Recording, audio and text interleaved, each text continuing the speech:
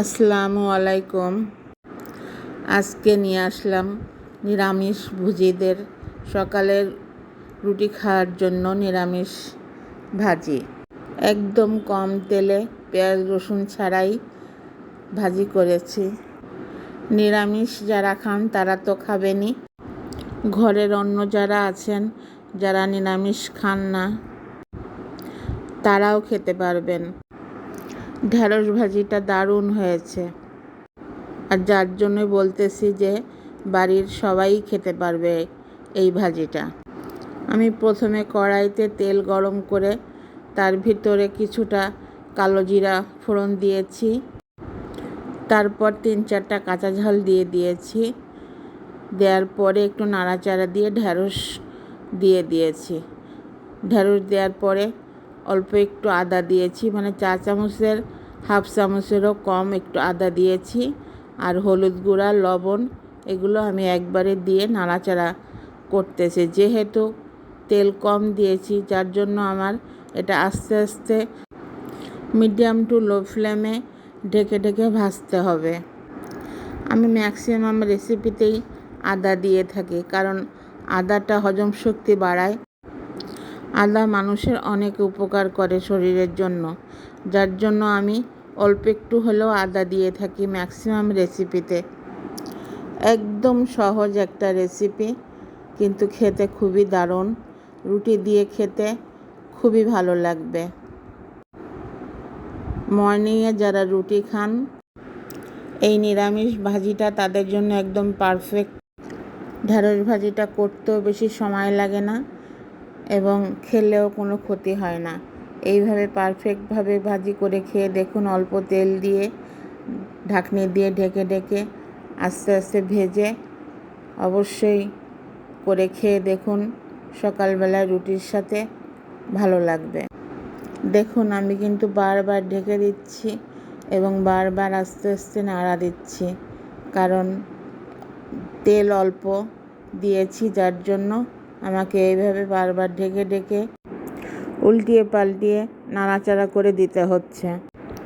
অনেকেই ভাবতে পারেন এমনিতেই পেঁয়াজ রসুন ছাড়া, তারপরে আবার তেল কম, খেতে কী রকম লাগে না লাগে, কিন্তু আমি বলছি এভাবে একবার করে খেয়ে দেখুন। কোনো ক্ষতি হবে না শরীরের, বরঞ্চ উপকারী হবে। আমার ভিডিওটি আজকে যারা প্রথম দেখছেন প্লিজ সাবস্ক্রাইব করে পাশের বেল ঘন্টিটা বাজিয়ে দিবেন, যাতে আমার নতুন ভিডিওর আপডেট আপনাদের কাছে পৌঁছে যায়। আর একটি করে লাইক দিয়ে দিবেন। আর যারা পুরাতন আছেন, যারা অলরেডি সাবস্ক্রাইব করে দিয়েছেন, তাদেরকে অসংখ্য অসংখ্য ধন্যবাদ, এবং তারা একটি করে লাইক দিয়ে পুরো ভিডিওটি দেখবেন প্লিজ। নতুন বন্ধু, পুরাতন বন্ধু সবার কাছে একটি অনুরোধ রইল আমার, প্লিজ ভিডিওটি সম্পূর্ণ দেখবেন এবং লাইক দিয়ে একটি করে কমেন্টস করবেন, যাতে দিয়ার রান্নাঘরটা সামনের দিকে এগিয়ে যেতে পারে।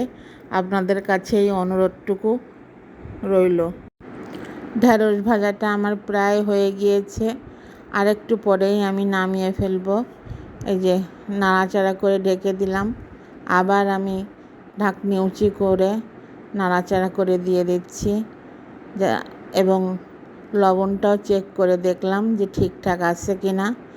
সবই পারফেক্ট আছে একদম। সকালে যারা রুটি খান তাদের জন্য একদম পারফেক্ট ভাজি ঢেঁড়স অথবা আলু ভাজি। কিন্তু যাদের সুগার আছে তারা তো আলু খেতে পারবেন না, কিন্তু ঢেঁড়স ভাজিটা এভাবে করে খেয়ে দেখুন।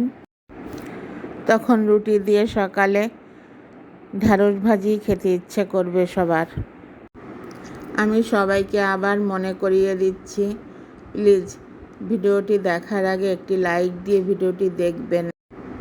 আর যারা দেখা শুরু করে দিয়েছেন তারা অবশ্যই মনে করে দেখার শেষে একটি লাইক করে দিবেন। আপনারাই পারেন আমার এই চ্যানেলটাকে সামনের দিকে এগিয়ে নিয়ে যেতে, তাই আপনাদের কাছে অনুরোধ করছি প্লিজ একটু আমাকে হেল্প করুন, যেন আমার এই চ্যানেলটা সামনে এগিয়ে যায়। আমার ঢেঁড়স ভাজিটা পুরোপুরি কমপ্লিট হয়ে গিয়েছে। এখন আমি কিছুটা রোস্টেড তিল সেটা আমি ছড়িয়ে দিলাম ভাজির উপরে।